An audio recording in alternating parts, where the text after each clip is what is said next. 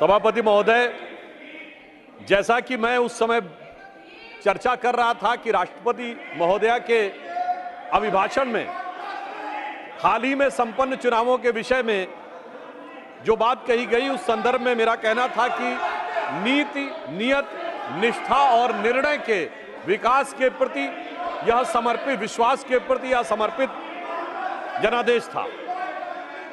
इस चुनाव में कई और विशेषताएं रही। भारत के लोकतंत्र को एक नए स्वरूप में और एक नया विस्तार पाने का अवसर प्राप्त हुआ। जम्मू कश्मीर में जिस प्रकार से चुनाव संपन्न हुए और जिस प्रकार से लोगों ने बढ़ चढ़कर, बात रिकॉर्ड पे नहीं जा रही है, सिर्फ माननीय सुधांशु त्रिवेदी जी आपकी बात रिकॉर्ड पे जा रही है। जिस प्रकार की लोगों ने बढ़ चढ़कर सहभागिता की, यह लोकतंत्र के लिए एक बहुत सुखद संयोग रहा।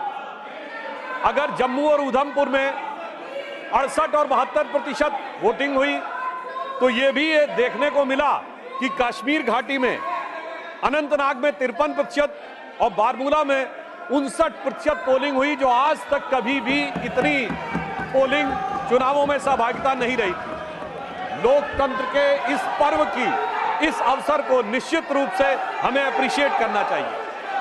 यद्यपि हमारे विरोधी कुछ अधिक उत्साह और उच्छृंखलता में दिखाई पड़ते हैं, परंतु इन चुनावों में हमारी सरकार की स्वीकार्यता और विस्तार एक नए आयाम तक पहुंचा है। पहली बार हमने उड़ीसा में स्पष्ट बहुमत के साथ अपनी सरकार बनाई है और हमारे विरोधी शायद भूल ही गए कि श्री नवीन पटनायक जी से पहले वहां कभी कांग्रेस का मुख्यमंत्री हुआ करता था। अंतिम मुख्यमंत्री गिरधर गोमांग जी थे, जो कांग्रेस के थे, और ऐसा प्रतीत होता है कि उनको अब वो विषय विस्मृत हो गया है, यानी उन्होंने मान लिया कि वो उड़ीसा में अब सत्ता की लड़ाई में ही नहीं है। दूसरा विषय इस चुनावों के संदर्भ में दक्षिण भारत का विषय आया था। महोदय, मैं बताना चाहता हूं कि हमारे विरोधी और विशेषकर कांग्रेस पार्टी इस विषय को बहुत उठाते थे कि दक्षिण भारत में उनका बहुत प्रभाव है। तो मैं बताना चाहता हूं, प्रधानमंत्री श्री नरेंद्र मोदी जी के नेतृत्व में हमारे गठबंधन ने और भारतीय जनता पार्टी ने दक्षिण भारत में भी कांग्रेस से अधिक वोट प्राप्त करके दिखाए। तेलंगाना में हमारे 8 सीटें ही नहीं है, हमारा मत प्रतिशत 35% है। कर्नाटक में हमारा मत प्रतिशत 45% है। केरल में हमारी 1 सीट आई है, मगर 17% मत है। और सभापति महोदय, मैं आपके माध्यम से पूरे देश का ध्यान आकर्षित करना चाहता हूं कि तमिलनाडु में कांग्रेस को 10.25% वोट मिला है और भारतीय जनता पार्टी को 11.5% वोट मिला है। यानी तमिलनाडु में भी हमने पहली बार 2.5 अंक में मत प्रतिशत प्राप्त किया है और कांग्रेस से अधिक वोट प्राप्त करने में सफलता हासिल की है। यानी किसी जमाने में जब उनका नारा हुआ करता था कि सारे भारत से नाता है और सरकार चलाना आता है, आज वस्तुस्थिति ये हो गई कि इस चुनावों में भारतीय जनता पार्टी ने अपने को मोदी जी के नेतृत्व में सारे भारत से नाता स्थापित करके एक वास्तविक अर्थों में पूरे भारत में अपना प्रभाव रखने वाली और जन समर्थन प्राप्त करने वाली राष्ट्रीय राजनीतिक दल के रूप में अपने को स्थापित किया। ये चुनाव पिछले लोकसभा चुनावों के मुकाबले बहुत अलग था। बिंदु क्रमांक 5 पर राष्ट्रपति महोदय ने स्मरण दिलाया कि हम 5वीं बड़ी अर्थव्यवस्था बने इन 5 वर्षों में। महोदय, हम सिर्फ 5वीं बड़ी अर्थव्यवस्था नहीं बने। 5वीं बड़ी अर्थव्यवस्था किसको पीछे छोड़ के बने? उस ब्रिटेन को पीछे छोड़कर बने जिसने कभी हमारे ऊपर हुकूमत की थी। और हम सिर्फ 5वीं बड़ी अर्थव्यवस्था नहीं बने, हम दुनिया के 4थे बड़े स्टॉक एक्सचेंज बने। हम दुनिया के 3रे बड़े सोलर एनर्जी के मैन्युफैक्चरर बने। हम दुनिया के 3रे बड़े ऑटोमोबाइल के मैन्युफैक्चरर बने। आज डोमेस्टिक सिविल एविएशन का सेक्टर भारत का दुनिया में 3रे नंबर का हो गया है और हम 2रे नंबर के मोबाइल हैंडसेट मैन्युफैक्चर बनाने वाले देश बने और इंफ्रास्ट्रक्चर में इन्वेस्ट करने वाले हम दुनिया के नंबर 1 के देश बने और डिजिटल पेमेंट में हम दुनिया में नंबर 1 के देश बने। और महोदय, इतना ही नहीं हुआ, पिछली लोकसभा और इस लोकसभा के बीच में चांद के अछूते कोने दक्षिणी ध्रुव को छूने वाले हम दुनिया के पहले देश बने, जिसका राष्ट्रपति महोदया ने उल्लेख किया। निश्चित रूप से उसमें हमारे वैज्ञानिकों ने बहुत बड़ी भूमिका निभाई, परंतु प्रधानमंत्री जी का निरंतर संवर्धन, सहयोग और संबल उन्हें प्राप्त होता रहा। महत्वपूर्ण बात यह रही कि उस पॉइंट का नाम प्रधानमंत्री जी ने क्या रखा? पॉइंट शिव शक्ति, यानी हमारी स्त्री शक्ति को वो स्थान चांद की ऊंचाई तक देने का काम किया। और यहीं पर मैं बताना चाहता हूं सभापति महोदय, इसी समय देश में कुछ राजनीतिक दल ऐसे हैं जो ये कहते हैं कि हिंदू धर्म में जो शक्ति है उससे हमें लड़ना है, और दूसरी तरफ हमारा संकल्प यह है कि उस शक्ति को चांद की ऊंचाई तक ले जाकर स्थापित करना है, जो माननीय प्रधानमंत्री जी के नेतृत्व में हुआ है। महोदय, मैं एक बात और कहना चाहूंगा। चुनाव संपन्न हुए, मगर ये चुनाव एक मामले में इस देश के अद्भुत चुनाव थे। सामान्यतः चुनाव होते हैं, चुनाव परिणाम के दिन एक पार्टी के कार्यालय में मिठाई बंटती है, धूम धड़ाका होता है, दिवाली होती है, और दूसरे की जगह गलियारे खाली नजर आते हैं। मगर ये चुनाव एक ऐसे चुनाव थे महोदय जहां दोनों जगह मिठाई बंट रही थी, दोनों जगह पटाखे छूट रहे थे, भाजपा कार्यालय में भी और कांग्रेस कार्यालय में भी। ऐसा क्यों हो रहा था? हमें तो स्पष्ट बहुमत मिला, लगातार तीसरी बार सरकार बनाई, मगर वहां पर तालियां क्यों बज रही थी? महोदय, मैं याद दिलाना चाहता हूं, जो थर्ड अटेम्प्ट में 3 डिजिट की संख्या नहीं प्राप्त कर पाए, चुनाव के बाद उनके चेहरे की चमक देखिए, उनकी आवाज की खनक देखिए, उनके जलवे में धमक देखिए। ऐसा लगता है कि जैसे उन्होंने बहुत बड़ी उपलब्धि हासिल कर ली हो। उसका कारण यह है महोदय कि एक बच्चा होता है जो टॉपर होता है, जिसे डिस्टिंक्शन मार्क्स मिलने थे, वो फर्स्ट डिवीजन मार्क्स पाए तो उसके चेहरे पे वो खुशी नहीं होती है, और धड़ाधड़ फेल होने वाला बच्चा ग्रेस मार्क्स पा के अगर थर्ड डिवीजन पास हो जाए तो उसके चेहरे पे बहुत खुशी होती है। मैं ये भी बताना चाहता हूं महोदय, एक जो हमारे कांग्रेस के साथियों में बहुत उत्साह और उल्लास नजर आ रहा है, तो मैं एक अपना अनुभव बताना चाहता हूं। हमारे जनरेशन के जो लोग हैं उन्हें याद होगा कि उस जमाने में जब परीक्षा का परिणाम आता था तो सिर्फ डिवीजन पता लगती थी। फर्स्ट डिवीजन एक रोमन में, सेकंड डिवीजन और थर्ड डिवीजन। एक हम लोगों के मोहल्ले में सज्जन थे, वो थर्ड डिवीजन पास हुए, एक लड़का, और एक फर्स्ट डिवीजन पास हुआ। फर्स्ट डिवीजन वाला मेरिट एक्सपेक्ट कर रहा था, तो फर्स्ट डिवीजन वाले के यहाँ खुशी नहीं थी, तो दूसरे ने पूछा, भाई तुम थर्ड डिवीजन पास हुए हो तो तुम्हारे अंदर खुशी क्यों है, इतनी खुशी क्यों है? तो जानते थर्ड डिवीजन वाले ने क्या जवाब दिया?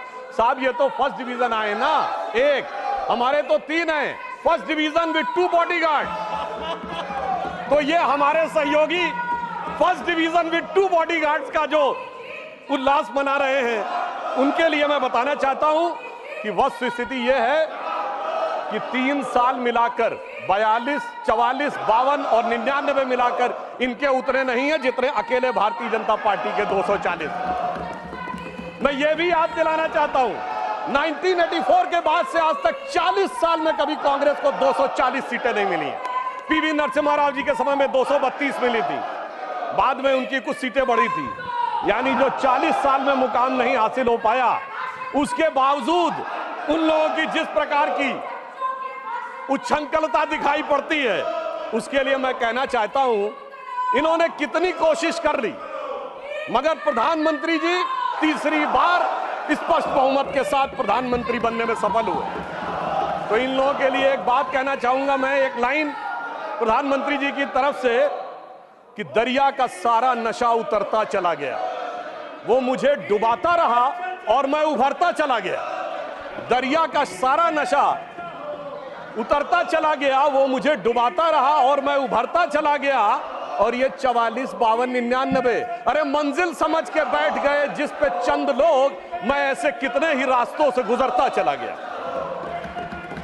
राष्ट्रपति महोदया ने बिंदु क्रमांक 3 में एक और बात स्पष्ट की कि 60 साल के बाद एक ऐसा मौका आया है जब लगातार तीसरी बार किसी प्रधानमंत्री को बहुमत प्राप्त करके जनता ने आशीर्वाद देकर सदन में भेजा हो। और जिस समय प्रधानमंत्री जी ने ये के बारे में ये विषय आया था, उस समय हमारे विपक्ष के साथी लोग बहुत ज्यादा डिस्टरबेंस भी किए थे। उनके अंदर कुछ एक बेचैनी नजर आ रही थी। क्यों? क्योंकि मोदी जी ने लगातार 3 बार स्पष्ट बहुमत प्राप्त करके वो कार्य किया है जो पंडित जवाहरलाल नेहरू जी के रिकॉर्ड की बराबरी कर ली।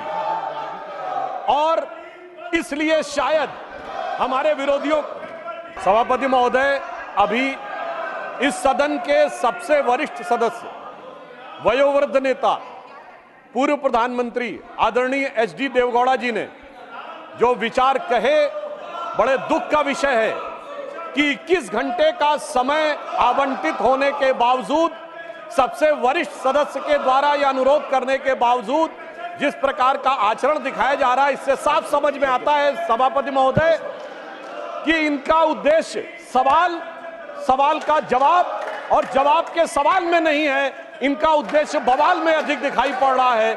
इसलिए ये अपोजिशन की इस नियत को भी स्पष्ट करता है। अब मैं विषय पे आता हूं, जो मैं बता रहा था कि बिंदु क्रमांक 5 पर राष्ट्रपति महोदया ने कहा कि यह देश के इतिहास में 60 साल के बाद यह पहली बार एक घटना हुई है जब लगातार 3 बार किसी प्रधानमंत्री को स्पष्ट बहुमत प्राप्त किया हो। और जिस समय महामहिम राष्ट्रपति महोदया ने यह शब्द बोला था, हम सबको ध्यान है, सबसे अनेक विपक्षी सदस्यों ने अपनी अपनी सीट पर आवाजें करते हुए इसका प्रतिवाद किया था। संभवतः उनके मन में इस बात के लिए स्वीकार्यता नहीं हो पा रही थी कि यह कैसे हो गया कि लगातार तीसरी बार मोदी जी के नेतृत्व में भारत की जनता ने स्पष्ट जनादेश दिया और पंडित जवाहरलाल नेहरू जी का वो रिकॉर्ड जिसके ऊपर वो बहुत इतराते थे, उसकी बराबरी हो गई। मगर हमारे बहुत से विपक्षी सदस्य कहते हैं कि साहब, नेहरू जी की बराबरी तो मोदी जी से नहीं हो सकती। तो सभापति महोदय, मैं आपके माध्यम से कहना चाहता हूं कि तीसरी बार मोदी जी चुन के आए हैं और ये मैं भी मानता हूं कि नेहरू जी और मोदी जी में बराबरी नहीं हो सकती, इसलिए तीसरी बार आने पे मैं सिर्फ 3 बिंदु दूंगा जिस पर हम मानते हैं कि नेहरू जी और मोदी जी की बराबरी नहीं हो सकती। नंबर 1, जब मोदी जी इस देश के प्रधानमंत्री के कैंडिडेट चुने जाने थे, सभापति महोदय, मुझे आज तक याद है 13 सितंबर 2013 शाम 6 बजे भाजपा की पार्लियामेंट्री बोर्ड की बैठक होनी थी और मोदी जी स्वयं उसके मेंबर थे, मगर उन्होंने कहा मैं उस बैठक में नहीं आऊंगा जिसमें मेरे बारे में विचार हो रहा हो। यह होता है नैतिकता के आधार के ऊपर निर्णय। और उस समय राजनाथ सिंह जी पार्टी के अध्यक्ष थे, तो मुझे यह दायित्व दिया गया था कि मैं मोदी जी को रिसीव करके अध्यक्ष के कमरे में बैठा लूं और जब बैठक समाप्त हो जाए तो सब एक साथ जाएंगे प्रेस कॉन्फ्रेंस में घोषित करने के लिए। और महोदय, पूरा पार्लियामेंट्री बोर्ड एक मत था, सारे कार्यकर्ता एक मत थे और पूरा देश एक मत था और तब प्रधानमंत्री के कैंडिडेट मोदी जी घोषित हुए। उधर पंडित जवाहरलाल नेहरू जब कैबिनेट मिशन प्लान के तहत 26 अप्रैल 1946 को कांग्रेस का नया अध्यक्ष चुना जाना था और उसके लिए कांग्रेस वर्किंग कमेटी की बैठक होनी थी और 20 अप्रैल को मौलाना आजाद को गांधी जी ने लेटर लिखा कि आप अपना नामांकन वापस ले लीजिए और मैं चाहता हूं कि नेहरू जी प्रधानमंत्री बने। परंतु इसके बावजूद उस बैठक के अंदर क्या हुआ, इसका रिकॉर्ड आचार्य कृपलानी ने अपनी किताब Gandhi his life and thought, Maulana Azad ने अपनी किताब India wins freedom, Rajmohan Gandhi ने अपनी किताब सरदार पटेल और उस समय के सबसे प्रख्यात पत्रकार दुर्गादास ने अपनी किताब India from Curzon to Nehru and thereafter में लिखा है कि 1 वोट मिला पट्टाभी रमैया को और शायद 1 या 2 वोट मिले आचार्य कृपलानी को, शेष सारे वोट मिले सरदार पटेल को और 0 वोट मिले जवाहरलाल नेहरू जी को। वाकई कैसे तुलना हो सकती है? सर्वसम्मति से प्रधानमंत्री के कैंडिडेट बनने वाले मोदी जी और 0 वोट पाकर प्रधानमंत्री के कैंडिडेट बनने वाले सरदार हमारे नेहरू जी। एक वो नेता जिसको पूरे देश ने नेता माना, एक वो नेता जिसको उसकी पार्टी में किसी ने नेता नहीं माना। इसलिए वाकई तुलना नहीं हो सकती। बल्कि मैं तो कहना चाहूंगा, आज खड़गे जी अध्यक्ष बनना था तो सोनिया गांधी जी की इच्छा थी तो सारे डेलीगेट्स ने खड़गे जी को वोट कर दिया और शशि थरूर जी ने नामांकन वापस कर लिया। उस समय गांधी जी की इच्छा के बावजूद किसी ने नेहरू जी को वोट नहीं किया, तो मैं कह सकता हूं आज खड़गे जी की स्थिति उस समय के नेहरू जी से बेहतर है। अब मैं दूसरा बिंदु कहना चाहता हूं कि इसमें वाकई प्रधानमंत्री श्री नरेंद्र मोदी जी और खड़गे जी में तुलना नहीं हो सकती। देखिए, नेहरू जी ने के विषय में प्रख्यात शायर मजरू सुल्तानपुरी ने एक आर्टिकल लिख दिया था कि उनकी कार्यशैली में हिटलर की झलक दिखती है, और उसके बाद सभापति महोदय 2 साल जेल में रहे थे। और यहां मोदी जी के समय में हिटलर की मौत, मोदी जी की मृत्यु की कामना और कब्र खुदेगी जैसी बात कहने वाले लोग तो छोड़िए, जिन्होंने बोटी बोटी की बात कही थी वो सम्मानित सदस्य होकर अगले सदन में आ गए, और इसके बावजूद किसी पे कोई कार्रवाई नहीं हो रही है। तो मैं मानता हूं कोई तुलना नहीं है मोदी जी और नेहरू जी की। दोनों की अप्रोच में जमीन आसमान का अंतर है। और एक मैं बात और कहना चाहता हूं, हमारे तीसरा बिंदु, हमारे प्रधानमंत्री श्री नरेंद्र मोदी जी को कितने देशों ने अपना सर्वोच्च नागरिक सम्मान दिया है। इसमें Bhutan, France, Papua New Guinea, Fiji, रूस और मालदीव।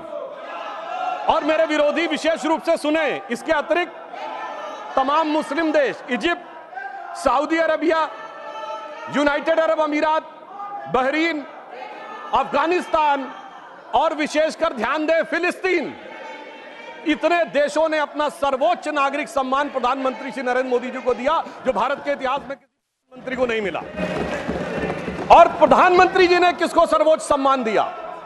हमने भारत के, हमारी सरकार ने और सरकार की बनाई समिति ने सिर्फ हमारे नेताओं स्वर्गीय अटल बिहारी वाजपेयी जी और आदरणीय लाल कृष्ण आडवाणी जी को ही भारत का सर्वोच्च नागरिक सम्मान नहीं दिया, हमने कांग्रेस के भी नेताओं को सम्मान दिया।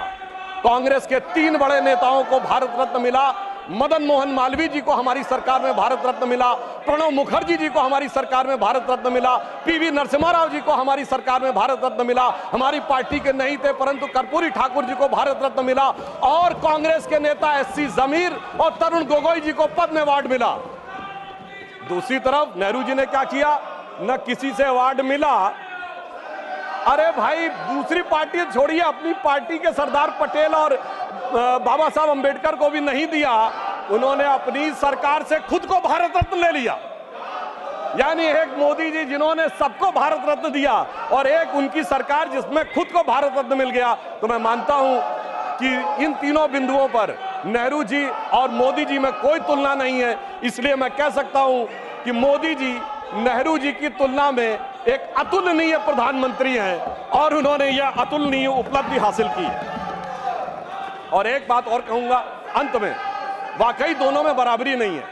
हम लोग बचपन में एक बड़ा गीत था जो हमारी पीढ़ी और हमसे पहले वाली पीढ़ी ने अवश्य सुना होगा, कि दे दी हमें आजादी बिना खड़क बिना ढाल।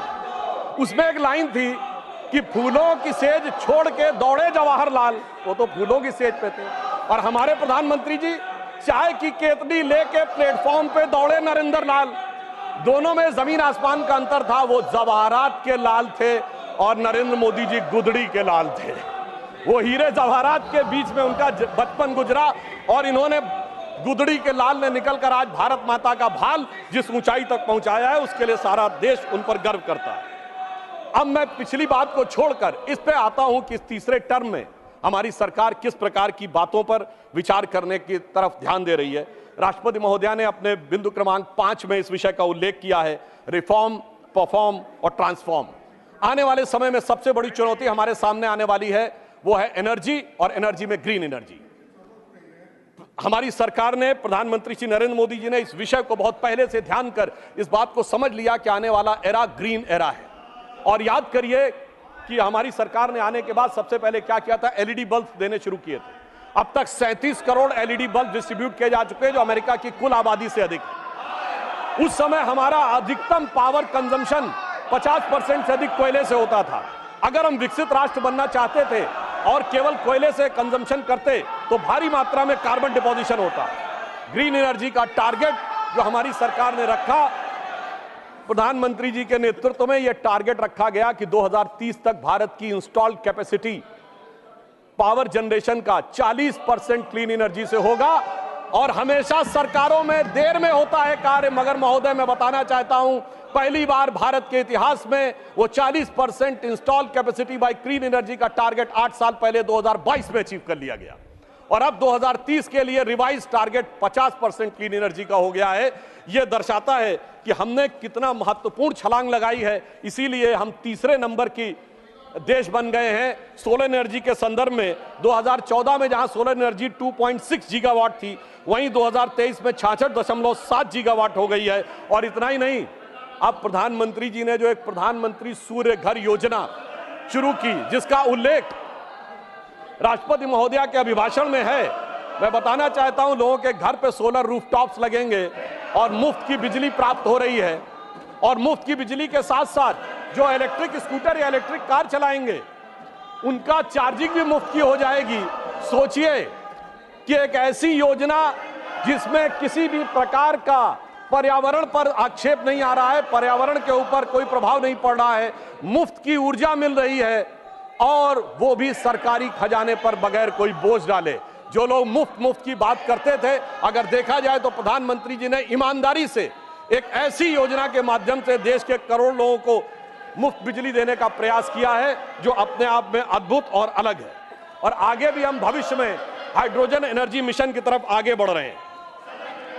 राष्ट्रपति महोदया ने उल्लेख किया कि स्टार्टअप के मामले में हम दुनिया के तीसरे बड़े इकोसिस्टम बन गए, मगर हम तीसरे बड़े इकोसिस्टम सिर्फ संख्या के आधार पर नहीं बने। जब हमारी सरकार नहीं थी, कुछ 100 स्टार्टअप थे, आज 1 लाख से ऊपर स्टार्टअप है। सभापति महोदय, 1 लाख की संख्या महत्वपूर्ण नहीं है। 675 जिलों में से 600 जिलों में स्टार्टअप काम कर रहे हैं। यह हमारी सरकार की महत्वपूर्ण उपलब्धि है। केवल स्टार्टअप का मतलब दिल्ली, मुंबई, बेंगलोर, हैदराबाद ये नहीं है। 675 में 600 जिलों में स्टार्टअप काम कर रहे हैं। और डोमेस्टिक फ्लाइट्स के मामले में हम तीसरे बड़े सिविल एविएशन सेक्टर हो गए हैं। राष्ट्रपति महोदया ने इस बात का उल्लेख किया कि 2014 में 209 हवाई मार्ग थे और अब 905 हवाई मार्ग हो गए हैं। अब लगभग हर राज्य में एक एयरपोर्ट जरूर है। और किस प्रकार का बदलाव आया है, इसका उल्लेख दीजिए कि आज दुनिया में सबसे ऊंचा पुल कश्मीर में चिनाब नदी के ऊपर हमारी सरकार के समय में बन के तैयार हुआ। सबसे लंबा पुल समुद्र के ऊपर एशिया का मुंबई में हमारी सरकार के समय में तैयार हुआ है। सबसे बड़ा केबल पुल गुजरात में हमारी सरकार के समय में तैयार हुआ है। और नदी के नीचे से चलने वाली मेट्रो कोलकाता में हमारी सरकार के समय में तैयार हुई है। यह दर्शाता है कि विकास के नए प्रतिमानों पर किस प्रकार से इस सरकार के दौरान हम आगे बढ़े। देखिए, बड़े विषयों की तरफ तो अक्सर लोगों का ध्यान काफी जाता है, परंतु मैं एक चीज पे और ध्यान देना चाहता हूं कि मोदी जी की सरकार के समय में बहुत छोटी छोटी चीजें, उनसे देश के विकास में क्या भूमिका हो सकती है, उस तरफ ध्यान दिया गया। मैं 3 छोटी चीजों पे ध्यान दिलाना चाहता हूं। शहद हम सब बहुत सामान्य रूप से यूज करते हैं, हनी। शहद का निर्यात 2014 में 445 करोड़ था और 9 सालों में बढ़कर 1623 करोड़ रुपए हो गया। किसानों, खिलौना, देखिए जब हम चाइना की बात करते तो बहुत सी बात होती थी, खिलौने हमारे यहाँ क्यों नहीं बन सकते। इन 9 सालों में हमने 1844 करोड़ रुपए के खिलौने जो हैं वो एक्सपोर्ट किए हैं। ये हमने इस छोटी सी चीज में आगे बढ़ने का प्रयास किया। और दूसरी चीज जो हमारे विरोधियों को शायद याद हो, खादी, जिसका महात्मा गांधी जी के साथ बड़ा संबंध माना जाता था, हमारी मोदी जी के प्रयासों से 2014 में जो खादी का मार्केट 31,000 करोड़ रुपए का था, वो अब बढ़कर 1,35,000 करोड़ रुपए का हुआ। यानी 4 गुना अधिक खादी में हमने वृद्धि प्राप्त की है। और बड़े स्तर पर अगर हम देखें तो डिफेंस मैन्युफैक्चरिंग, जो कि हमारी सरकार आने से पहले होती नहीं थी, जिसकी वजह से हम सिर्फ हथियार खरीदते थे और अपने आप बनाने की हमारे अंदर सामर्थ्य तो थी, पर सरकारों में इच्छा शक्ति नहीं थी। और अब स्थिति यह आई है कि अब 1 लाख करोड़ रुपए की डिफेंस मैन्युफैक्चरिंग इस सरकार के कार्यकाल में हो रही है। डिफेंस एक्सपोर्ट हमारा 18 गुना बढ़ा है। और सभापति महोदय, 500 हमारे डिफेंस के ऐसे प्रोडक्ट हैं जिसे सरकार ने निर्णय लिया है कि इनका इंपोर्ट बैन, यानी जो पहले विदेश से आते थे वो 500 प्रोडक्ट भारत में ही बनेंगे, इक्विपमेंट, और वो विदेश से नहीं लिए जाएंगे। और इतना ही नहीं, उत्तर प्रदेश और तमिलनाडु में 2 डिफेंस कॉरिडोर बनाए गए, जिसका उल्लेख राष्ट्रपति महोदया ने किया है, जिसमें ब्रह्मोस मिसाइल बनने का उल्लेख भी उन्होंने किया है, जो भारत की पहली इंटरमीडिएट रेंज बैलिस्टिक मिसाइल है और जिसे हमने एक्सपोर्ट करने की शुरुआत की। और फिलीपींस पहला देश बना जिसने एक्सपोर्ट का ऑर्डर लिया है। सभापति महोदय, मैं उत्तर प्रदेश का रहने वाला हूं। वहां ब्रह्मोस मिसाइल का कोई पार्ट बने, कोई कंपोनेंट बने, ये अपने आप में कितने बड़े गर्व का विषय है। मुझे याद है कि हमारी सरकार, मोदी जी की सरकार आने से पहले उत्तर प्रदेश की छवि क्या बना के रखी गई थी। सिनेमा क्या बनता था उत्तर प्रदेश पे, जिला गाजियाबाद, लखनऊ सेंट्रल, तो सीरीज बनती थी मिर्जापुर, तो ओंकारा में मेरठ की गैंगवार, तो बाबर फिल्म में कानपुर की गैंगवार, तो कंपनी फिल्म में दिखाया जाता था कि जैसे कि मुंबई का सारा जो माफिया है वो पूर्वी उत्तर प्रदेश से आ रहा है। आप सोचिए, उस समय अवैध हथियारों के बनने के समाचार आते थे, और अब intermediate range ballistic missile Uttar Pradesh में डिफेंस कॉरिडोर में बनने जा रही है। इतना बड़ा नजारा बदलने के बाद भी जिनकी नजरें ही ना हो, उनको नजारा कैसे नजर आ सकता है, यह समझा जा सकता है। अभिभाषण के बिंदु क्रमांक 17 में राष्ट्रपति महोदया ने भारत के पब्लिक सेक्टर बैंक्स के बारे में अपना विचार व्यक्त किया है, जिसमें विशेषकर मैं सिर्फ 3 का उल्लेख करना चाहूंगा: state bank of India, life insurance corporation of India और हिंदुस्तान एरोनॉटिक्स लिमिटेड। ये तीनों इसलिए कि इनके बारे में केवल 1-1.5 साल पहले बहुत वितंडावाद मचाया गया। अपनी सीट पर जाएं प्लीज, अपनी सीट पे जाएं प्लीज। मात्र 1-1.5 साल पहले बहुत वितंडावाद मचाया गया कि एसबीआई डूब रहा है, एलआईसी डूब रहा है और पब्लिक सेक्टर बैंक्स नीचे जा रहे हैं। राष्ट्रपति महोदया ने बताया कि इस साल पब्लिक सेक्टर बैंक्स ने 1,40,000 करोड़ रुपए का मुनाफा कमाया है, जो आज तक कभी नहीं हुआ था। पिछले क्वार्टर में स्टेट बैंक ऑफ इंडिया का मुनाफा केवल 1 तिमाही का 21,000 करोड़ रुपए है, जो प्राइवेट और पब्लिक सेक्टर सारी कंपनियों में मिला के सबसे ज्यादा है। पहली बार एसबीआई ने रिलायंस से भी ज्यादा मुनाफा कमा के दिखाया है। एलआईसी का पिछले क्वार्टर का मुनाफा 19,000 करोड़ रुपए है, जो एलआईसी का ऑल टाइम हाई है। और मैं ये भी बताना चाहता हूं कि हिंदुस्तान एरोनॉटिक्स लिमिटेड, माननीय एलओपी कुछ बोलना चाहते please. Sir, point of order raise करने के लिए भी हम सरकार से इतना पूछना पड़ता है, तो ये बहुत ही अनडेमोक्रेटिक सिस्टम है। मैं आपसे विनती करता हूं, Priyanka Chaturvedi point of order raise की, अब आपने आदेश दिया कि सब लोग बैठे, हम बैठ गए, फिर in spite of that if they are not honouring, सब बैठे भी नहीं तो सिर्फ अपना भाषण चलाते ही रहे। कौन सुनने वाला है आपका भाषण? हम तो नहीं सुन रहे। माननीय प्लीज आप प्लीज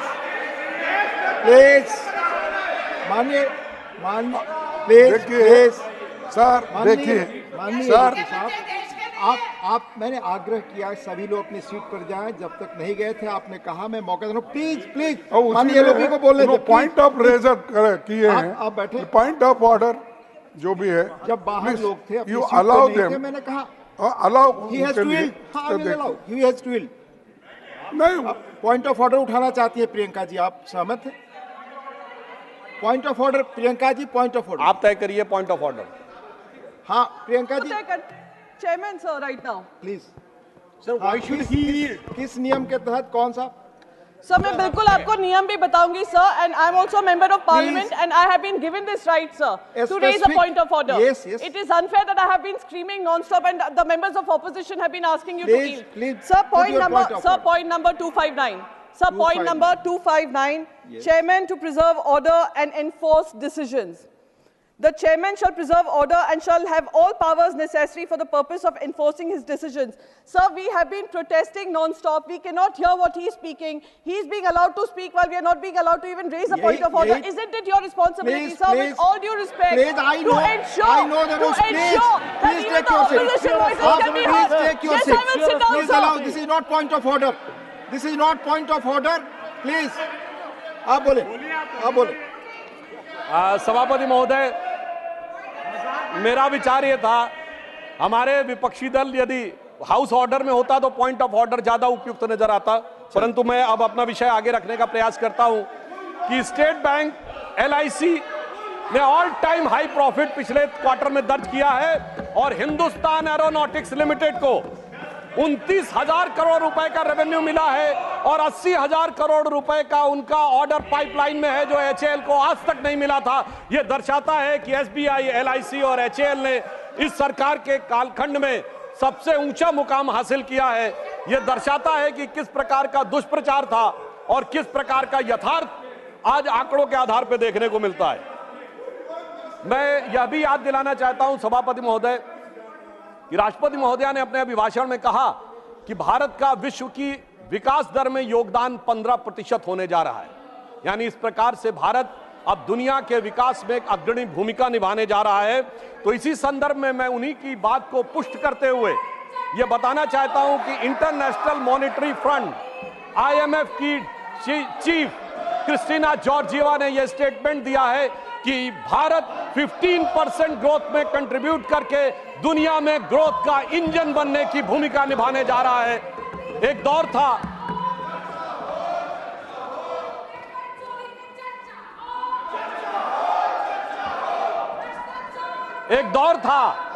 जब हम IMF जैसे संगठनों से चैरिटी एक्सपेक्ट करते थे, हम उनके सामने याचक बन के खड़े होते थे। और आज IMF की चीफ ये कह रही है कि भारत विश्व अर्थव्यवस्था के विकास में याचक नहीं, उसका संचालक बन के खड़ा हुआ है। यह बात राष्ट्रपति महोदय के उस बात से बहुत स्पष्ट होती है। और इतना ही नहीं, हमारी सरकार ने अपने समय में जिस प्रकार की सूचना क्रांति और डिजिटल रिवॉल्यूशन लाया है, जिसने कि देश के अंदर ट्रांसपेरेंसी और त्वरित एंड माइल डिलीवरी को इंश्योर किया है। आगे मैं आपका ध्यान सभापति महोदय आकृष्ट करना चाहूंगा कि राष्ट्रपति महोदया ने अपने अभिभाषण के बिंदु क्रमांक 28 पर नालंदा विश्वविद्यालय की पुनर्स्थापना के संदर्भ में यह कहा कि यह भारत की सांस्कृतिक चेतना की पुनर्स्थापना का प्रतीक था। नालंदा सिर्फ भारत में ज्ञान का प्रतीक नहीं था, उस ज्ञान के प्रतीक को जिस ढंग से ध्वस्त किया गया, उस ज्ञान के प्रतीक को जिस ढंग से नष्ट किया गया, यह भारत की सांस्कृतिक चेतना की वो जीवनी शक्ति का प्रतीक था कि हमारी सरकार ने उसको जिस ढंग से स्थापित किया है, वो कितना गहरा घाव था भारत के ऊपर। इसको मैं कोट करना चाहता हूं बाबा साहब अंबेडकर के शब्दों में। बाबा साहब अंबेडकर ने अपनी किताब, जो उनकी writings and speeches of Baba Saheb Ambedkar, published by Maharashtra government in 1987, then republished by central government in January 2014, इन्हीं की सरकार में ministry of social justice and empowerment के द्वारा उनमें डिक्लाइन ऑफ बुद्धिज्म में उन्होंने लिखा है, मैं कोट कर रहा हूं उनके उस आर्टिकल से, how the Buddhist perished by the sword of Muslim invaders has been recorded by the Muslim historians themselves, summarising the evidence relating to the slaughter of Buddhist monks by the Muslim generals in the course of their invasion in Bihar in 1197 AD। और आगे उन्होंने Vincent Smith को coat किया है कि नालंदा विश्वविद्यालय के एक एक भिक्षु को पकड़कर किस प्रकार से मार दिया गया, कुछ लोग अपनी जान बचाकर नेपाल और तिब्बत चले गए। मगर महोदय, प्रधानमंत्री जी ने कहा कि आप पुस्तकों को जला सकते हो, आप इमारतों को जला सकते हो, पर भारत की ज्ञान और संस्कृति की परंपरा को नहीं जला सकते हो। और इसलिए हमारी सरकार ने जो नालंदा का पुनर्स्थापना करने का प्रयास किया है, वो भारत की ज्ञान परंपरा को पुनर्स्थापित करने का। मगर सभापति महोदय, जब भारत की सांस्कृतिक चेतना की बात आती है तो निश्चित रूप से हमारे मन में नालंदा, बोधगया और उसी के साथ साथ भव्य श्री राम मंदिर का विषय भी आता है। परंतु इस बार बड़ी मजेदार बात है कि अयोध्या की लोकसभा सीट पर हमें वांछित सफलता नहीं मिली और उसको लेकर इनके चेहरों के ऊपर जो चमक दिखाई पड़ती है, ये अपने आप में राजनीतिक विश्लेषकों के लिए एक फूड फॉर थॉट है। क्योंकि इस प्रकार का एक वातावरण इस देश में बनाया गया कि एक वर्ग के लिए all eyes should be on Rafah, चाहे किसी को पता हो रफा है क्या, कहां ये ना पता हो, पर दूसरे के लिए all eyes should not be on Ayodhya. परंतु मैं ये भी बताना चाहता हूं सभापति महोदय, ये लोग समझ नहीं पाए। अयोध्या में जब हमें वांछित सफलता नहीं मिली तो हमारे विरोधी बता क्या रहे हैं, देखिए साहब, आप अयोध्या हार गए, बस्ती हार गए, प्रयागराज हार गए, चित्रकूट हार गए, नासिक, रामटेक और रामेश्वरम, यानी भगवान राम से जुड़े सारे स्थलों के बारे में बता रहे हैं कि यहां भारतीय जनता पार्टी को वास्तविक, जैसे कई तो ऐसी सीटें थी, रामेश्वरम कभी नहीं जीते थे। परंतु महोदय, मैं कह रहा हूं, ये समझ नहीं पाए प्रभु की लीला क्या है। जो लोग ये कहते थे कि राम हुए नहीं इसका सबूत दो, वो उत्तर से दक्षिण तक राम से जुड़े स्थानों का सबूत दे रहे हैं कि अयोध्या भी राम से जुड़ी थी, बस्ती भी जुड़ी थी, प्रयागराज भी था, रामटेक भी था, रामेश्वरम भी था। अरे आपको लगता है कि भगवान हमको हरवाने के लिए आए थे? नहीं, आपको अपना अस्तित्व मनवाने के लिए आए थे। और मैं ये भी बताना चाहता हूं महोदय, रामचरितमानस और रामायण में भी उल्लेख है कि एक बार नागपाश भगवान राम को भी लगा था और नागपाश लगने के कारण एक मूर्छा आ गई थी और तब राम विरोधी दल में बड़ी खुशियां छा गई थी, मगर वो प्रभु की लीला का हिस्सा था, सिर्फ हनुमान जी को अपनी शक्ति याद दिलाने के लिए। और ऐसा पहली बार नहीं हो रहा है, ऐसा पहली बार नहीं हो रहा है। सभापति महोदय, आज से 30 साल पहले मुझे याद है उत्तर प्रदेश में जब समाजवादी पार्टी और कांग्रेस सबने मिलकर सरकार बनाई थी, सपा बसपा और कांग्रेस आई ने मिलकर, तब एक नारा लगा था कि मिले मुलायम काशी राम, हवा में उड़ गए जय श्री राम। मगर हम तब भी नहीं डिगे थे और जो हवा में उड़ाने की बात कर रहे थे, 3 साल में हमने केंद्र में सरकार बना के दिखा दी थी और उत्तर प्रदेश में भी सरकार बनी थी। अरे अब तो इतना अंतर आया है, तब आप हवा में उड़ाने की बात कर रहे हैं, अब आप एक एक स्थान को बता रहे हैं। आप निश्चित रहिए, जिसे एक हम लोग जो प्रसिद्ध भजन सुनते थे उसमें यह कहा गया है, जो हनुमान जी का प्रसिद्ध भजन है कि रावण युद्ध अजान कियो तब नाग की फांस सबे सिर डारो, परंतु चिंता मत करिए, वो शक्ति पुनः जागृत हो रही है और वो जागृत होकर हमें पुनः वहां तक पहुंचाने का प्रयास रखेगी। और एक मैं गंभीर बात करना चाहता हूं, श्री राम का विषय हमारे लिए हार जीत का विषय नहीं है।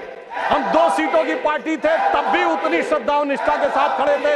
हम 86 सीट पे भी वैसे ही खड़े थे, 120 पे वैसे ही खड़े थे, 182 पे वैसे ही खड़े थे, 282 पे वैसे ही खड़े थे, 303 पर वैसे ही खड़े और 240 पर भी वैसे ही खड़े हुए हैं। आपके लिए चुनावी हार जीत का विषय होगा, हमारे लिए चुनावी हार जीत का विषय नहीं है। परंतु हमें लगता है कि भारतीय समाज में यदि कुछ लोगों के मन में अभी भी इसको लेकर हो सकता हमारी तपस्या में कोई कमी रही हो, तो मैं ये कहना चाहूंगा भारत के सभी लोगों से, अटल बिहारी वाजपेयी जी की कविता की वह प्रसिद्ध पंक्ति जो उनकी कविता थी, आओ मिलकर दिया जलाएं, तो मैं इसके लिए कहना चाहूंगा कि अभी हमारा यह प्रयास बाकी है। तो एक पंक्ति उनकी मैं कोट करना चाहता हूं जो आज की परिस्थितियों में बहुत समीचीन लगती है कि आहुति बाकी यज्ञ अधूरा, आहुति बाकी यज्ञ अधूरा, अपनों के विघ्नों ने घेरा, अंतिम जय का वज्र बनाने नवदधीच हड्डियां गलाएं, आओ मिलकर दिया जलाएं। अब सभापति महोदय, राष्ट्रपति के अभिभाषण और शपथ में हमारे विरोधियों ने बहुत बार संविधान का विषय बहुत उठाया और राष्ट्रपति महोदय ने अपने अभिभाषण के बिंदु क्रमांक 28 पर संविधान और संविधान से जुड़े विषयों के बारे में बात कही। मगर महत्वपूर्ण बात यह है सभापति महोदय कि संविधान इस देश के लिए कितना महत्वपूर्ण है और इन लोगों ने अपने समय में संविधान में क्या किया और किस भावना से प्रेरित किया, मैं 3 उदाहरणों के कंपैरिजन से बताना चाहता हूं। सभापति महोदय, सितंबर 1934 में नाजी पार्टी का न्यूरमबर्ग में कन्वेंशन हुआ, जिसमें नाजियों की बड़ी प्रसिद्ध film Triumph of the will का मंचन हुआ और उस मंचन के बाद हिटलर के राइट हैंड आदमी रुडोल्फ हेस ने नारा लगवाया था, Hitler is Germany and Germany is Hitler. और ठीक वही नारा 1976 में कांग्रेस के देवकांत बरुआ जो राष्ट्रीय अध्यक्ष थे उन्होंने लगाया, India is Indira and Indira is India. यानी सोचिए कि ये किन विचारों से प्रेरित थे और संविधान कितने बड़े खतरे में था। मैं दूसरा उदाहरण देना चाहता हूं। 26 अप्रैल 1942 को जर्मनी की संसद रीस्टैग को संबोधित करते हुए हिटलर ने कहा जजों को कि जो जज आज के युग की आवश्यकता नहीं समझते, मैं इंटरवीन भी करूंगा, उनको सुपरसीड भी करूंगा और उन्हें पद से भी हटाऊंगा। और ठीक यही काम 24 अप्रैल 1973 को श्रीमती इंदिरा गांधी ने किया जब उन्होंने जजेस को सुपरसीड किया और कमिटेड जुडिशरी की बात कही। अर्थात संविधान के ऊपर खतरा और संविधान से किस प्रकार की परिस्थितियां थी आज की पीढ़ी को याद नहीं होगा। 38वां और 39वां संविधान संशोधन के द्वारा न्यायिक समीक्षा के अधिकार को समाप्त कर दिया गया, यानी कोई जुडिशरी इस बात पे कोई टिप्पणी नहीं कर सकती है। वो लोग आकर आज कहते हैं कि वो संविधान की रक्षा करने वाले हैं। और मैं यह भी याद दिलाना चाहता हूं, श्री जॉर्ज फर्नांडिस जी जैसे नेता को हाथ में हथकड़ी लगाकर सड़क के ऊपर चलाया गया, वो लोग आज कहते हैं कि इनको संविधान की रक्षा करने की आवश्यकता है। और 42वां संविधान संशोधन ऐसा संविधान संशोधन था महोदय जिसमें 40 आर्टिकल बदले गए, 14 आर्टिकल नए जोड़ दिए गए, 2 नए चैप्टर जोड़ दिए गए, और बाबा साहब अंबेडकर ने प्रीएम्बल ऑफ द कॉन्स्टिट्यूशन जिसे संविधान की आत्मा कहा था, उस आत्मा को भी बदल दिया गया। वो लोग आज कहते हैं, और आज प्रेस की स्वतंत्रता की बात कहते हैं, उस समय जो अखबार छपते थे तो पीआईबी को एक एक लाइन वेट कर आनी पड़ती थी पीआईबी से, तब जाके समाचार पत्र में कुछ छपता था, और जिसके लिए उस जमाने में एक मशहूर शेर बोला गया था। आप सबको पता होगा कि उर्दू के बड़े प्रसिद्ध शायर गालिब हुए हैं, मीर तकी मीर हुए हैं, शेख मोहम्मद इब्राहिम जोक हुए हैं, तो लोगों ने दिल से दुखी होकर कहा था कि अब तो गालिब जोक साहिर मीर सरकारी, अब तो गालिब जोक साहिर मीर सरकारी, शायरी की हो गई तासीर सरकारी। महोदय, मगर इतना ही नहीं था, यह सिर्फ इमरजेंसी का विषय नहीं था। मैं याद दिलाना चाहता हूं, जब जब ये सत्ता में आए संविधान खतरे में आया। श्री राजीव गांधी जी जब सत्ता में आए और सर्वोच्च न्यायालय ने एक निर्णय दिया और वो निर्णय शरिया के विरुद्ध नजर आया, तो इस देश की संसद ने सर्वोच्च न्यायालय के निर्णय को रौंद कर शरिया को संविधान से ऊपर कर दिया। संविधान खतरे में था और तब हमने उसका विरोध किया। मैं विनम्रता से पूछना चाहता हूं, दुनिया में कोई एक सेकुलर देश बताइए जहां शरिया संविधान से ऊपर होता हो? यह सिर्फ हमारे देश में था और संविधान सबसे बड़े खतरे में था। अब मैं दूसरी बात बताना चाहता हूं, 1992 में पीवी नरसिम्हा राव जी के समय में ढांचा गिरने पर हमारी उत्तर प्रदेश की सरकार बर्खास्त कर दी गई। समझ में आता है, भाजपा की सारी सरकारें बर्खास्त कर दी गई। किस आधार पे? संविधान खतरे में था। 1994 झारखंड मुक्ति मोर्चा रिश्वत कांड, जिसमें साबित हो गया कि झारखंड मुक्ति मोर्चा के 3 सांसदों ने पैसा लेकर कांग्रेस की सरकार को बचाया है। उस समय जुडिशियल इम्यूनिटी थी, अब कोर्ट ने उसको हटाया है। संविधान खतरे में था। जब जब ये सत्ता में आते हैं संविधान खतरे में आता है। और सभापति महोदय, अब मैं ये कहना चाहूंगा, जब मनमोहन सिंह जी की सरकार आई, मैं देश की प्रबुद्ध जनता से पूछना चाहता हूं, ये बताइए देश की सर्वोच्च एग्जीक्यूटिव बॉडी क्या है संविधान के हिसाब से? Union cabinet. ये यूनियन कैबिनेट के ऊपर नेशनल एडवाइजरी काउंसिल किसने बनाई? ये संविधान को खतरे में डालना नहीं था क्या? संविधान खतरे में था। और ये बताइए, नेशनल एडवाइजरी काउंसिल के चेयरमैन को कैबिनेट का रैंक था और वो रैंक असंवैधानिक था। लोगों को याद नहीं होगा, मार्च 2006 में श्रीमती सोनिया गांधी जी को ऑफिस ऑफ प्रॉफिट के मुद्दे के ऊपर इस्तीफा देना पड़ा था क्योंकि वह पद असंवैधानिक था। और यह भी याद होना चाहिए, इसी सदन के सदस्य हैं, जय बच्चन जी को पहले इस्तीफा दिलवाया गया, उस चक्कर में खुद भी इस्तीफा देना पड़ गया था। बाद में जब वो रीइलेक्ट होकर आई, उस बीच में संविधान संशोधन करके नेशनल एडवाइजरी काउंसिल के चेयरमैन के पद को ऑफिस ऑफ प्रॉफिट से बाहर कर दिया गया। संविधान से खिलवाड़ करने वाले लोग आज हमें ये बताते हैं। 10 साल तक इस देश ने सुपर पीएम सुना। संविधान खतरे में नहीं था, संविधान खतरे में था। और जिस समय देश की highest executive body union cabinet कोई प्रस्ताव पारित करती है और उसके प्रस्ताव को कोई कहे कि मैं पब्लिकली चीर के फेंक दूंगा, यह संविधान के चिन्ह उड़ाना है, यह संविधान खतरे में था। संविधान उनके जमाने में हमेशा खतरे में रहा है और हमने हमेशा संविधान का बचाव किया है। और मैं एक घटना याद दिलाना चाहता हूं सभापति महोदय, संविधान को इतना ही खतरे में नहीं डाला है।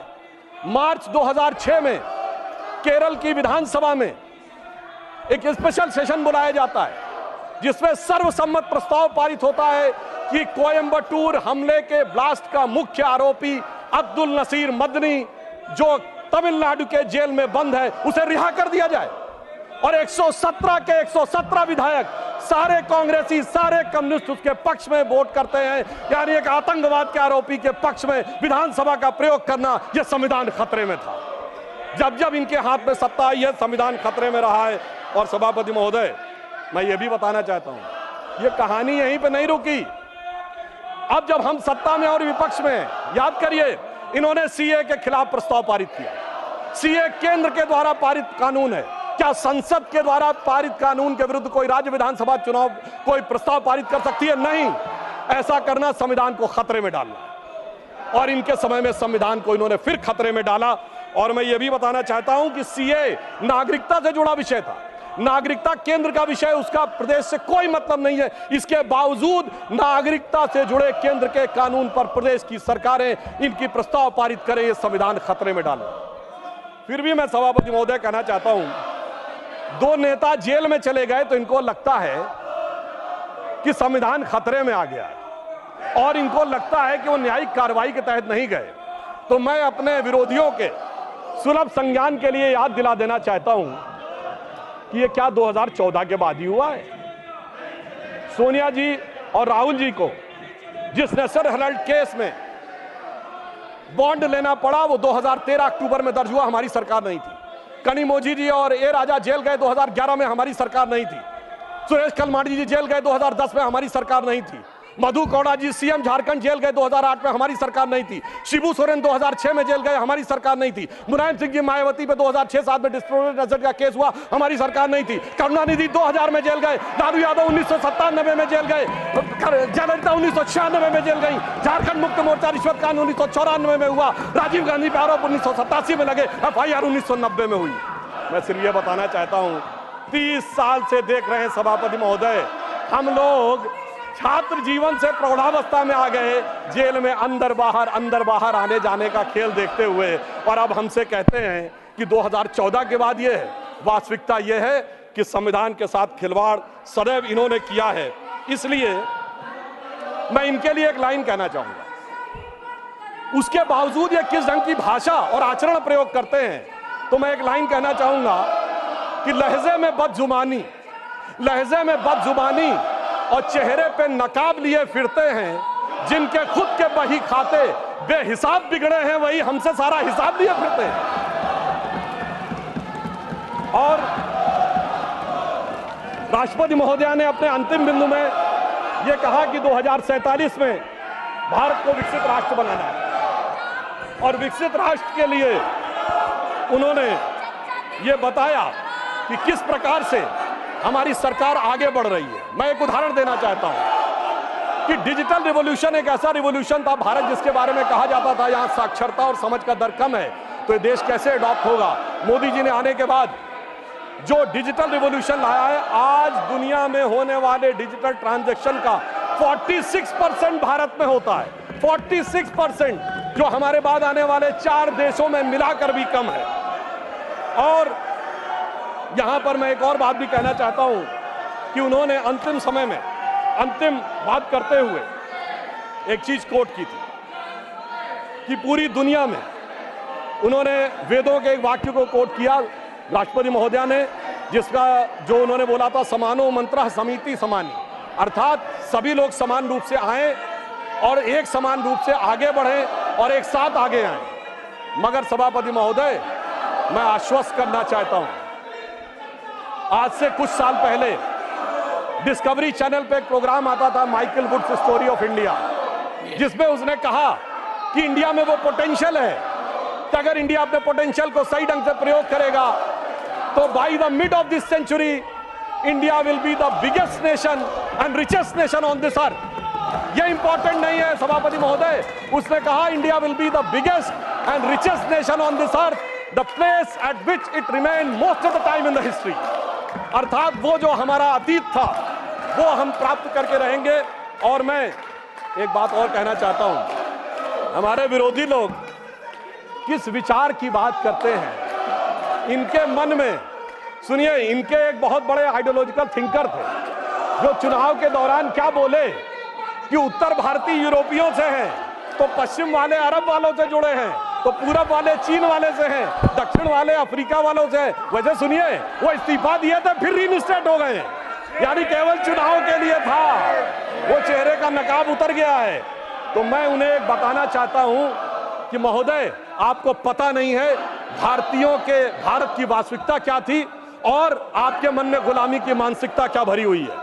मैं एक उदाहरण देना चाहता हूं, अरब के लोग भारत के बारे में क्या सोचते थे, या अरब के कई हिस्टोरियंस जिसमें इब्न असीर, इब्न कतीर, इब्न खल्दून ने ये वर्ड यूज किया है, अजीजुल ली इल्मीन इन बिलादुल इन हिंद, अर्थात the cool bridge of wisdom comes from the land of India. और ये हमको समझाते हम उधर से आए। और मैं प्रबुद्ध लोगों से कहना चाहता हूं, जाके चेक कर लीजिए। महोदय, जैसा कि मैं उस विषय पे बता रहा था कि इस कालखंड में जब राष्ट्रपति महोदय ने अपने भाषण में कहा कि भविष्य में भारत विश्व का नेतृत्व करेगा और 21वीं सदी भारत की होगी, तो वहीं इस देश में कुछ ऐसे भी लोग थे जिनके दिमाग में गुलामी की मानसिकता अभी भी ऐसी पैबस्त थी कि वो अपना हर स्रोत बाहर से ढूंढते थे। जो कोई कहता था कि पश्चिम वाले अरब से आए, उत्तर वाले यूरोप से आए, पूरब वाले चीन से आए और दक्षिण वाले अफ्रीका से आए, तो मैं सिर्फ ये बता रहा था, इन तीनों जगहों का सिर्फ एक एक उदाहरण बताता हूं कि भारत का इन पे इन्फ्लुएंस था या इनका इन्फ्लुएंस भारत पे था। जो मैंने बताया कि अरब के लिए अरब के तमाम हिस्टोरियन, जिसमें इब्न असीर, इब्न अल खल्दूम ने लिखा है अजीदुल इल्मीन इल बिलादुल हिंद, ये अरबिक का वर्ड है जिसका मतलब होता है कि हिंद यानी भारत से cool bridge of knowledge and wisdom आती। वो भारत को मानते थे कि हमने ज्ञान यहां से सीखा है और ये कहते हम वहां से आए। यूरोप वालों के लिए बताना चाहता हूं, Sanskrit is the mother of all European language. हमने नहीं कहा, एक यूरोपियन विलियम जोन्स ने कहा, जो एक अंग्रेज था और कलकत्ता हाई कोर्ट का जज था। यानी वो कहते हैं कि उन्होंने ज्ञान हमसे सीखा है और ये हमको बताते हैं कि हमने उनसे सीखा। ये गुलामी की मानसिकता है। और मैं बताना चाहता हूं हमारे विरोधियों को चाइना के बारे में एक फैक्ट है जो शायद हमारे बहुत से लोगों को ना पता हो। चाइना की संस्कृति में भारत का प्राचीन नाम जानते क्या है? मैं सभी सदस्यों को आपके माध्यम से अवगत कराना चाहता हूं। एंशियंट चाइनीज में भारत को कहते हैं टियानजाओ, TIANZHOU। कोई जाके चेक कर ले कि चाइनीज भाषा में टियान का मतलब क्या है और जाऊ का मतलब क्या है। जाऊ का मतलब होता है केंद्र, जैसे हमारे यहाँ पुर है, नागपुर, कानपुर, जयपुर, वैसे ही वहां हुआनजाऊ, गुआनजाऊ होता है। और टियान का मतलब होता है स्वर्ग। यानी चाइना मानता था कि India is the centre of haven और ये कहते हमने चीन से सीखा है। इसलिए मैं कहना चाहता हूं, अंग्रेज चले गए मगर अंग्रेजियत अभी तक नहीं गई। जिसके लिए हम लोग कभी बोलते थे कि अंग्रेज बेचारे चले गए भारत को देकर आजादी, पर अभी तक तुम गई नहीं चर्चिल दादा की परदादी। यानी अंग्रेज चले गए, अंग्रेजियत नहीं गई। इसलिए मैं इन लोगों के लिए कहना चाहता हूं कि इनके दिमागों में अभी भी वो गुलामी की मानसिकता भरी है कि न संयम व्यवस्था न एकात्मता है, भरी है अभी तक मनों में गुलामी। और वही राग अंग्रेजियत का पुराना सुनाते अभी लोग नामी ग्रामी। ये लोग उसी अंग्रेजियत के राग में फंसे हुए हैं। परंतु सभापति महोदय ने जो ये बात बताया कि भारत का एक परिवर्तन का समय आ रहा है, तो प्रधानमंत्री जी ने उसको किस रूप में आगे बढ़ाया है, मैं ये बताना चाहता हूं। यदि भारत को विश्व का नेतृत्व करना है तो नई टेक्नोलॉजी के साथ आगे बढ़ना होगा। हम विश्व की सबसे प्राचीन सभ्यता भी हैं और सबसे युवा देश भी हैं। तो डिजिटल टेक्नोलॉजी आज फ्यूचर की होने वाली टेक्नोलॉजी, इसमें कहीं किसी प्रकार का कोई कंफ्यूजन होने की संभावना नहीं है। और आप देखिए कि हमारी सरकार आने के बाद प्रधानमंत्री जी के नेतृत्व में किस ढंग से सिस्टमेटिकली उसमें मामला आगे बढ़ा। इंटरनेट के यूजर्स 2014 में 24 करोड़ थे और अब 82 करोड़ हो गए, 3 गुनी संख्या बढ़ी है। 2023 का आंकड़ा है। Phone 1.2 billion mobile phone handset के यूजर्स हो गए हैं और 67 करोड़ स्मार्टफोन के यूजर्स हो गए हैं। एवरेज स्पीड ऑफ इंटरनेट जो इनके जमाने में 1.7 मेगाबाइट पर सेकंड होती थी, वो अब 30 मेगाबाइट पर सेकंड है। और सभापति महोदय, इतना ही पर्याप्त नहीं होता है। डाटा की स्पीड के साथ डाटा की कॉस्ट भी कम होनी चाहिए। और 1 GB डाटा की कीमत इनके जमाने में 270 रुपए थी और वो अब घटकर 19 रुपए हो गई है, यानी 25 गुना कम किया है। ये जरूरी था कि भारत को अगर डिजिटल ट्रांसफॉर्मेशन में आगे बढ़ना है, और तब हम जाके डिजिटल ट्रांसफॉर्मेशन में 46% वर्ल्ड के हिस्से के साथ आगे बढ़ रहे हैं। और इसीलिए मोबाइल फोन के प्रोडक्शन में भी हमने लंबी छलांग मारी है। 2014 में मोबाइल हैंडसेट बनाने की केवल 2 फैक्ट्रियां थी, आज 200 से अधिक फैक्ट्रियां हैं और 4,10,000 करोड़ रुपए के मोबाइल हैंडसेट आज मैन्युफैक्चर हो रहे हैं। और जो भारत में मैन्युफैक्चर होने वाले 100% भारत में कंज्यूम भी हो रहे हैं। इनोवेशन इंडेक्स में भारत 78वें स्थान से 40वें स्थान पर पहुंच गया है। और पेटेंट जो 2014 में 4,000 थे, आज 41,000 पेटेंट हो गए। और महोदय, मैं ये बताना चाहता हूं, जब हम टेक्नोलॉजी में आगे बढ़ रहे हैं तो विश्व में भी हम किस रूप से हमारी स्वीकार्यता आगे बढ़ रही है।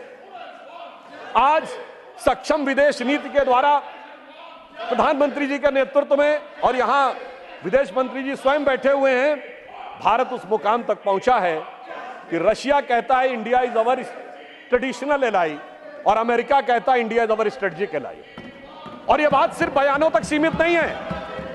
रशिया से हमने S-400 एंटी मिसाइल सिस्टम लिया है जो रूस ने किसी को नहीं दिया, और अमेरिका से हमने प्रीडेटर ड्रोन लिए हैं जो नाटो के बाहर उसने किसी को नहीं दिए।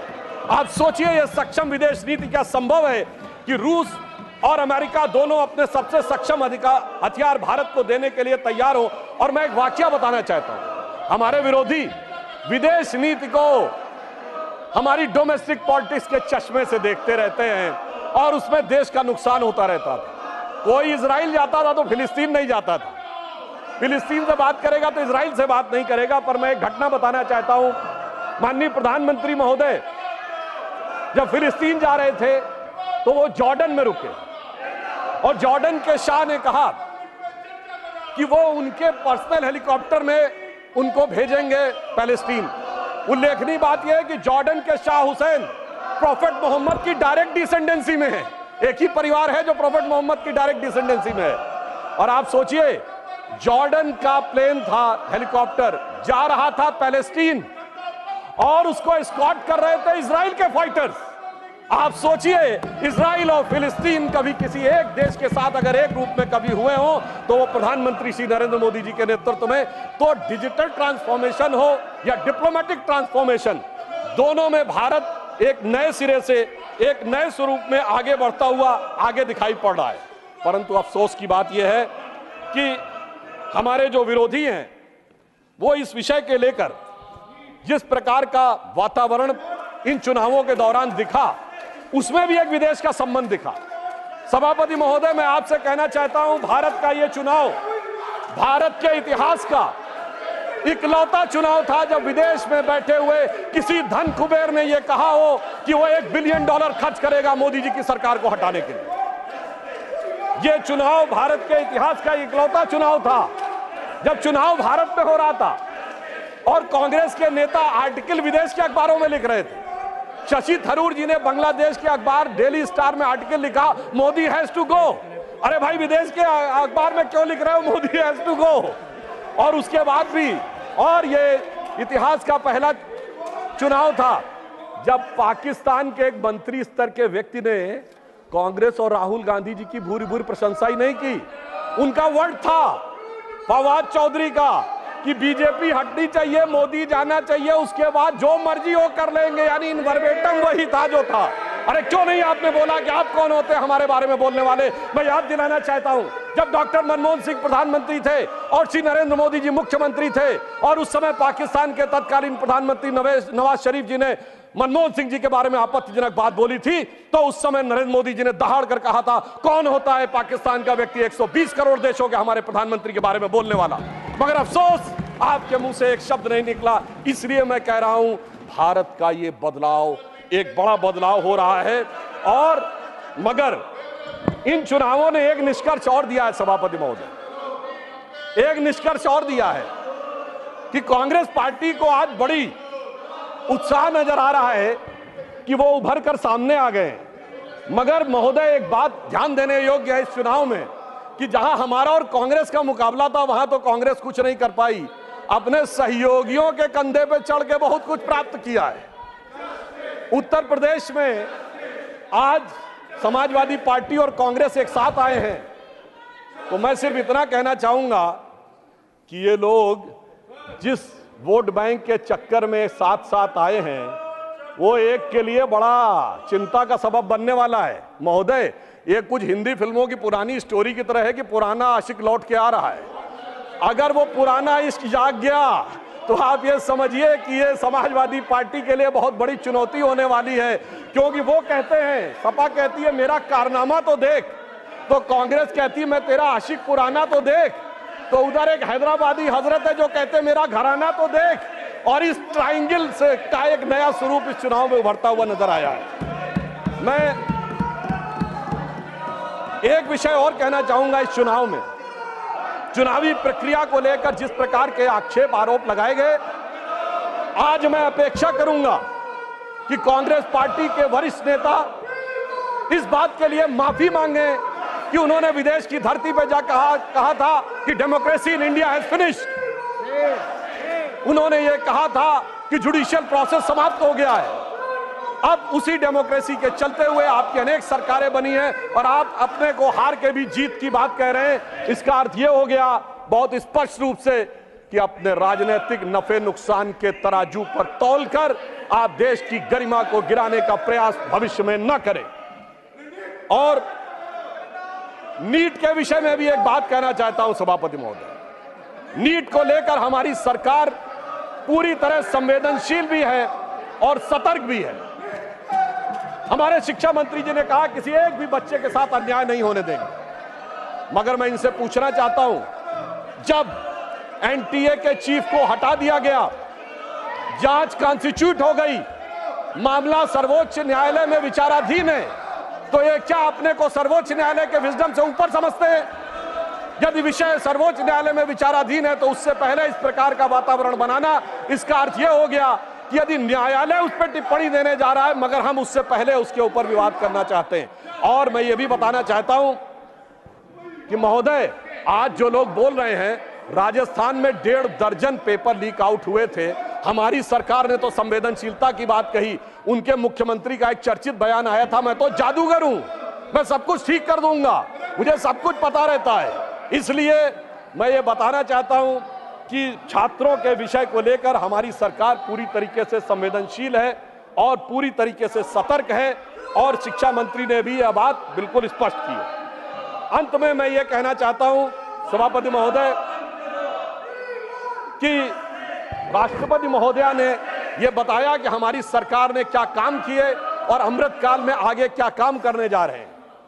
उन्होंने यह शब्द प्रयोग किया था अपने अभिभाषण के अंतिम चरण में कि 25 वर्ष का यह अमृतकाल है, यह भारत का वो आधार बनाएगा जो आने वाले 1000 वर्ष तक भारत के भविष्य का निर्धारण करेगा। इसका अर्थ क्या हुआ कि हमारा 10 साल का परफॉर्मेंस है, 25 साल का प्रोग्राम है और 1000 साल की दृष्टि है, और हम 10,000 साल पुराने भारत से भी प्रेरणा लेते हैं। यानी हमारी सोच चुनाव मूलक नहीं है, सभ्यता मूलक है। Our vision is not electoral, it is civilisational.